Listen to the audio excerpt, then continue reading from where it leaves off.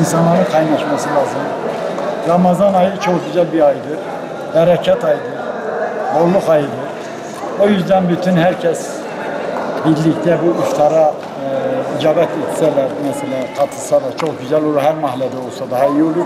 Aynı zamanda görünüşte camimiz de yeni yapılıyor. Camimizin bitmesi için de bütün herkesten talep ediyoruz, destek talep ediyoruz. Allah hepsinden razı olsun. Bu camiyi bir an önce bitirmemiz lazım. 3 yılda bitirsek ne mutlu bize.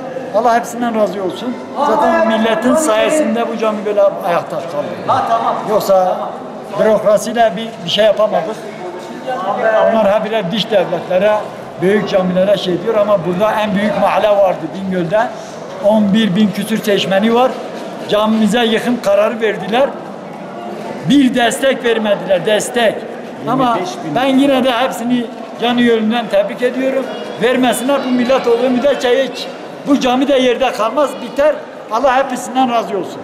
Gayemiz bütünleşmek, insanlarla kaynaşmak, tanışmak çok güzel bir duygudur bizim için.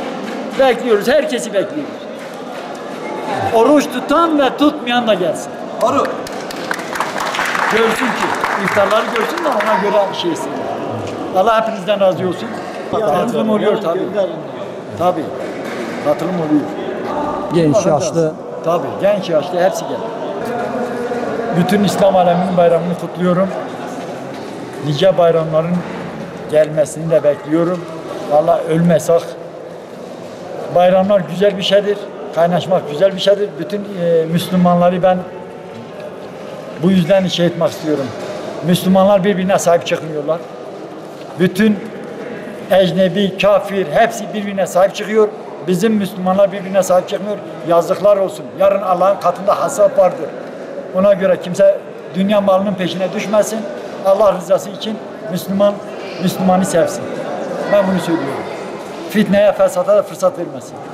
İnşallah 15-20 yıla yakındır devam ettirmekte olduğumuz bu iftar programını bundan sonraki yıllarda da devam ettirmeyi düşünüyoruz. Ramazan-ı Şerif'te asıl olan bütün ayrılıklarımızı, gayrılıklarımızı bir tarafa bırakarak mümin kardeşler olarak ahir zamanda anam babam feda olsun Aleyhisselatü Vesselam Efendimizin lisan-ı aleyh pakıyla müjdelediği kardeşler olarak bir araya gelmeye çalışıyoruz. Mahallemizde zaten sadece Ramazan-ı Şerif'e ait değil, Kurban Bayramı'nda ve diğer normal zamanlarda da sıklıkla program yapıyoruz. Hem kız öğrencilerimize hem erkek gençlerimize yönelik.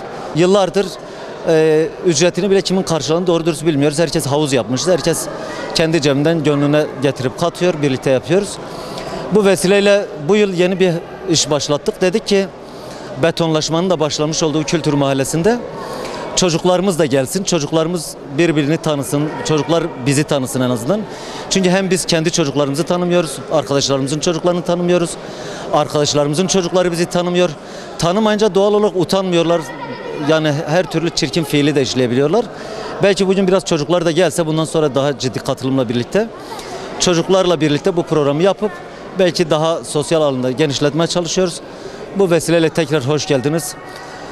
Cenab-ı Allah fakir fukara yardım etsin. Yeryüzünde bütün mazlumların, fakir fukaralığının yardımcısı da olsun. İnşallah birlikteliğimiz de daim olsun. Hasreten bu Ramazan-ı Şerif'i de vesile kılarak bayramda kardeşçe bir araya gelelim. Özellikle erkek kardeşlerimizin, evli kardeşlerimizin ve evli özellikle bayan kardeşlerimizin lüksten, israftan uzak bir şekilde Yemen'de, Suriye'de, Afganistan'daki aç kardeşlerimizin halini düşünerek bu Ramazan-ı Şerif'in manasına da uygun bir şekilde inşallah idrak ederiz. Allah şimdiden dünyada ve ahirette bayramlarımızı kabul etsin. Allah razı olsun ebeden.